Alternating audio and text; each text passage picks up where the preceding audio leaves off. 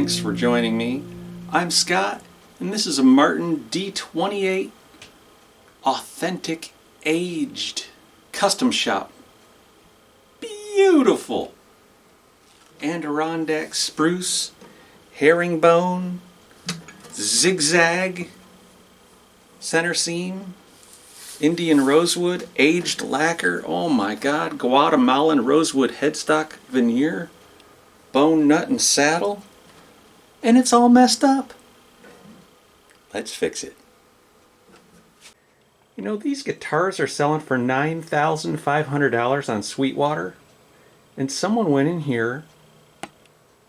Well, backstory here, my customer just moved here from Hawaii, and Nashville's a little different climate than Hawaii in the wintertime, you know. Hawaii in the wintertime is kind of the same as it is, you know, in Nashville in the spring. It's just always the same. It's like you get up in the morning, it's 75 degrees, you know, 60% humidity.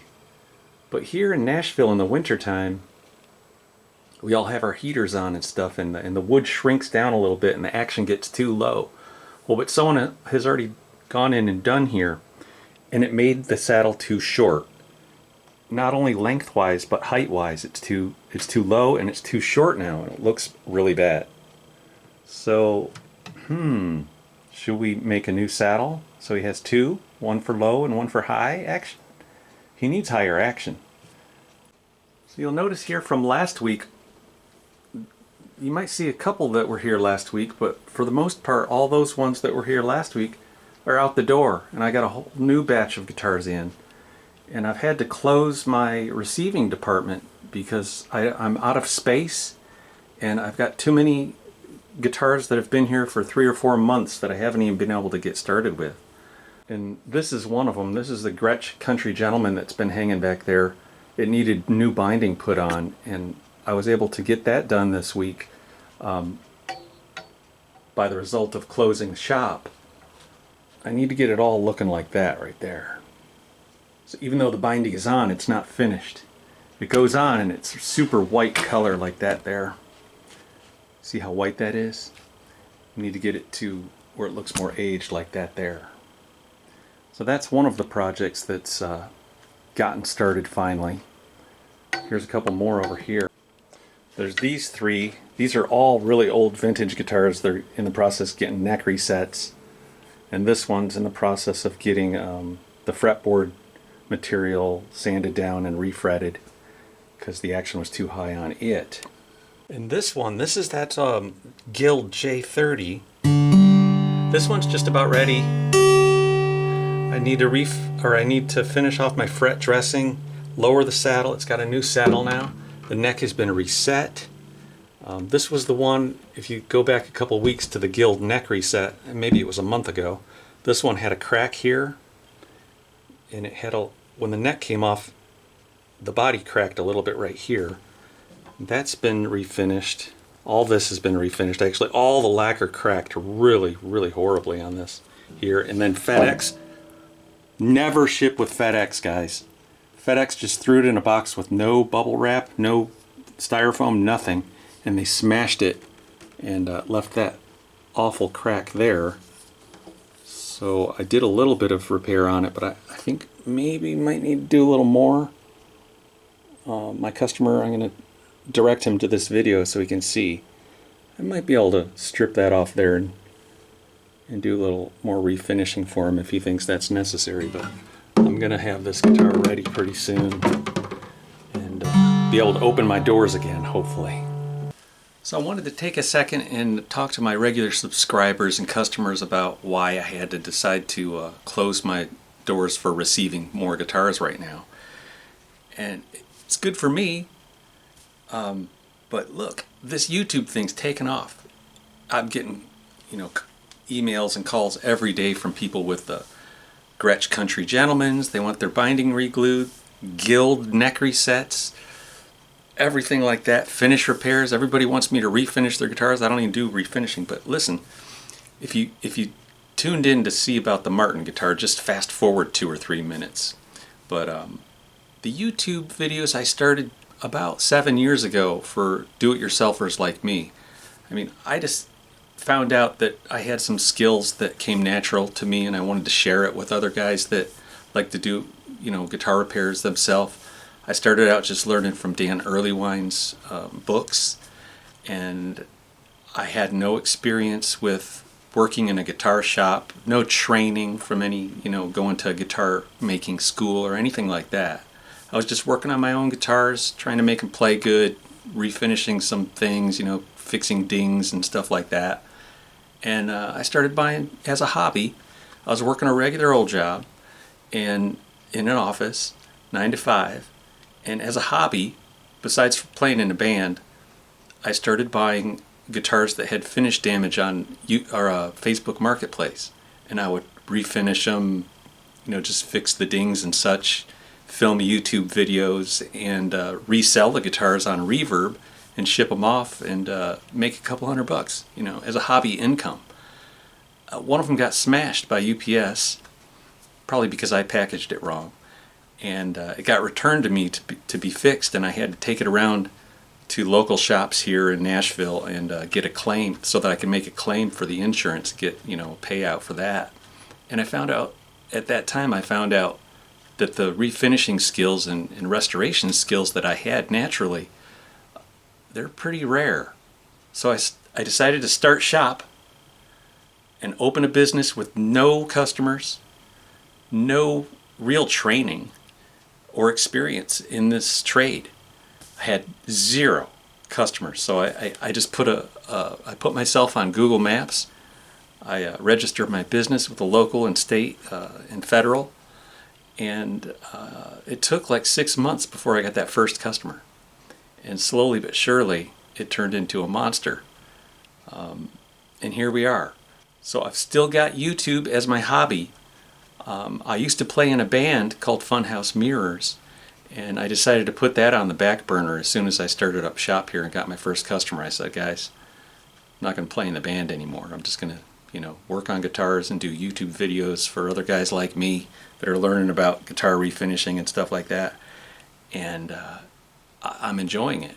It's really great. But I only have so much space, and I'm a one-man show, so I can't, do 3 Gretsch Country Gentleman binding jobs a month, and I can't reset 4 guild necks a month. No way. Maybe 2 a year. Right? So the people out there that contact me off of YouTube, you're going to get the same message. My receiving department is closed until I can get, all these guitars fixed up and back to their owners. Then I'll open up again. So thanks for watching. Let's get back to that Martin.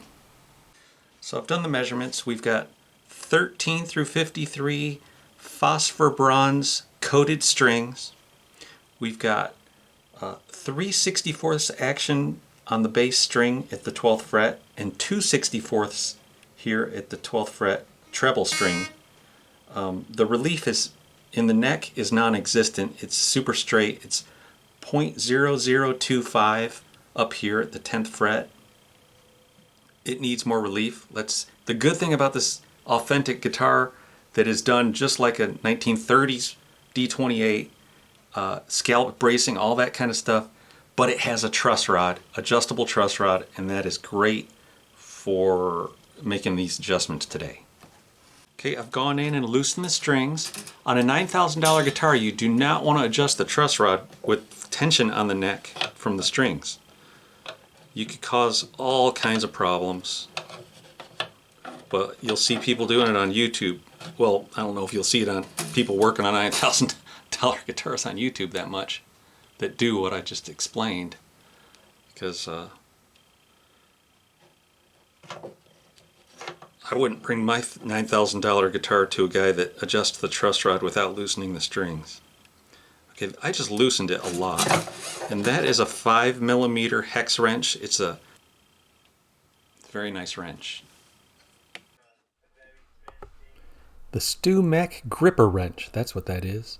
I'm going to pull this through saddle out. It was not glued in, and it turns out that the LR Baggs Stage Pro Anthem pickup I did not realize it right at first here, but the route for the saddle slot doesn't quite go through the wings. It stops short. Just it's recessed down in there.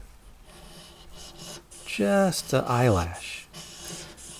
I'm cleaning up some residue from, I guess it's some kind of guitar or some kind of polishing compound, it looks like. It was left here behind the bridge and out over on the wings there. And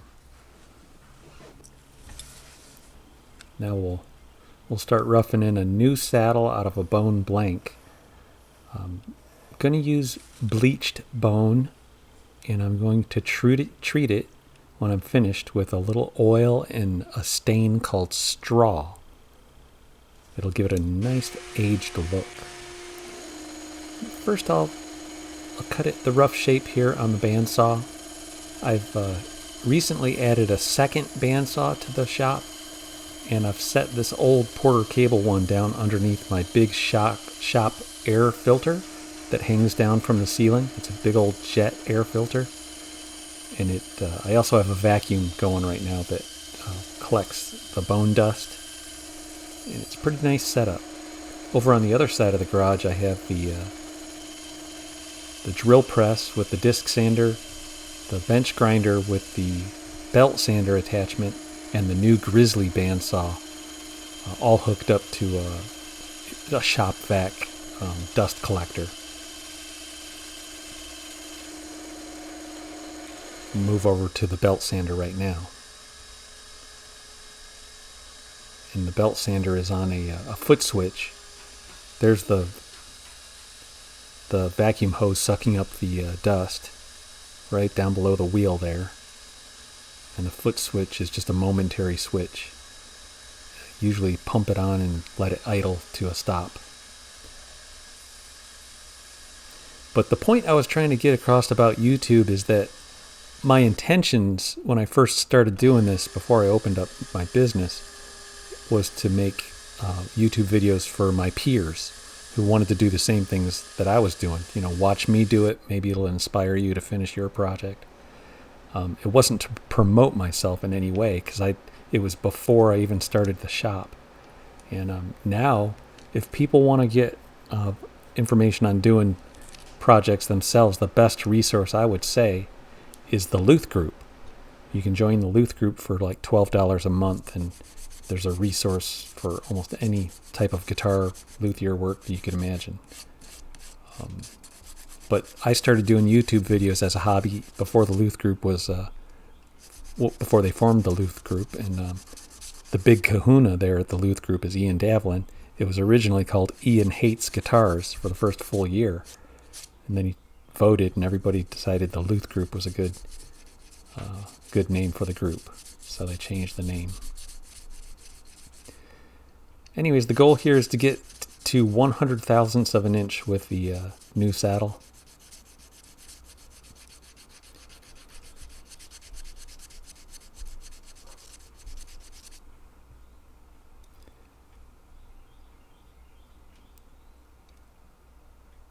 I always mark the base side with the pencil.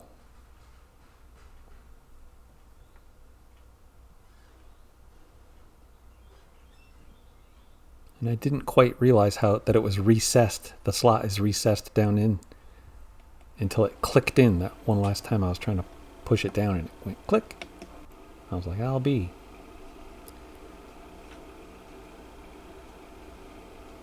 Anyways, it's going to be taller and longer. Look at the cold checking lines on the lacquer. I believe Martin has like a freezer that they walk the guitars into, and it checks as soon as they walk out of the room. I'll use this saddle rounding tool on the top edge of the saddle. And now this is the 4-cycle motor oil with straw stain mixed in. And it'll get absorbed by the pores throughout the bone, and in a little while it'll look nice golden brown color.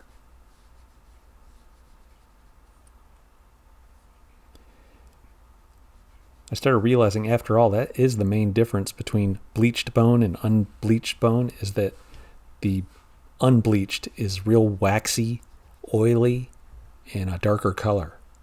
So what I'm doing here is I'm de-bleaching the bone. And you can tune it into any color that you want, really, depending on what stain you mix in with the oil.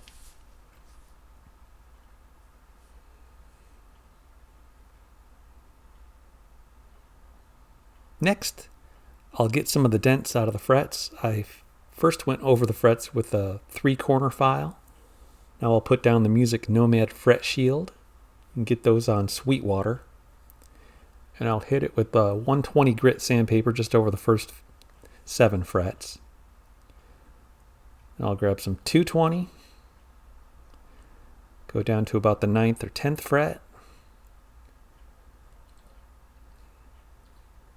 and then I'll switch to 320 grit and go down to about the 12th to 14th fret at the body joint there.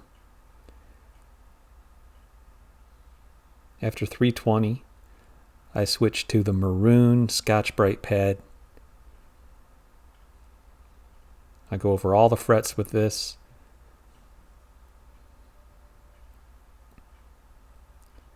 And when I start up again with the sandpaper, I'll do 400 through 2000.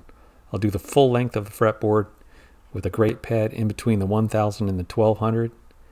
And then I'll hit the frets with 4/0 steel wool. And the steel wool I do in the direction of the fret length, not the direction of the fretboard length. And it leaves all this dust behind, so we'll vacuum it up. And we'll clean up the neck rest real good, because the fret dust can scratch up the lacquer on the neck if you don't clean that up. A little bit of naphtha to clean.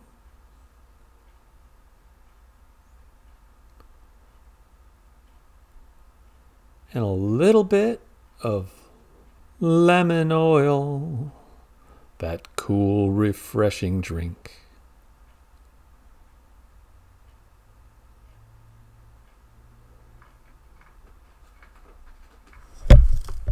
All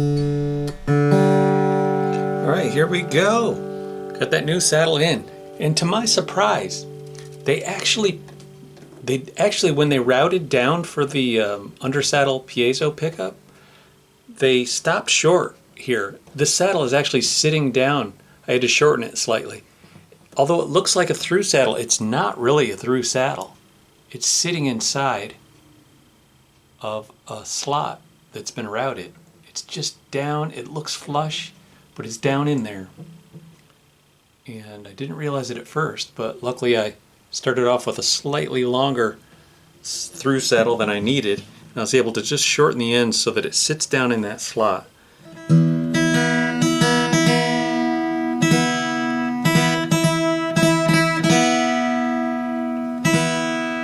And I got the action to 5.5 64ths on the base side and 3.8 64ths over here. So I'm still, after loosening the truss rod, waiting to see if the neck springs back into a little more relief than it originally had. I know we've got about 0.005 of an inch right now. Let me double check again. Yep, we got 5 thou. Over the next couple days it might go to 8-9 thou, and maybe I can put a little more snugness on that truss rod. But here's another neat thing that happened to this guitar, which is almost sacrilegious to take a guitar that is a 1937 reissue and put a hole in the side of it like that. I don't know, most people are probably in shock right now seeing this. You take a $9,000 guitar and kind of cut a hole in it and turn the resale value into maybe half of what it should be if it was untouched. I'm starting to think what happened is when they routed that for the pickup, they just set the original saddle back in there and it was just way too short.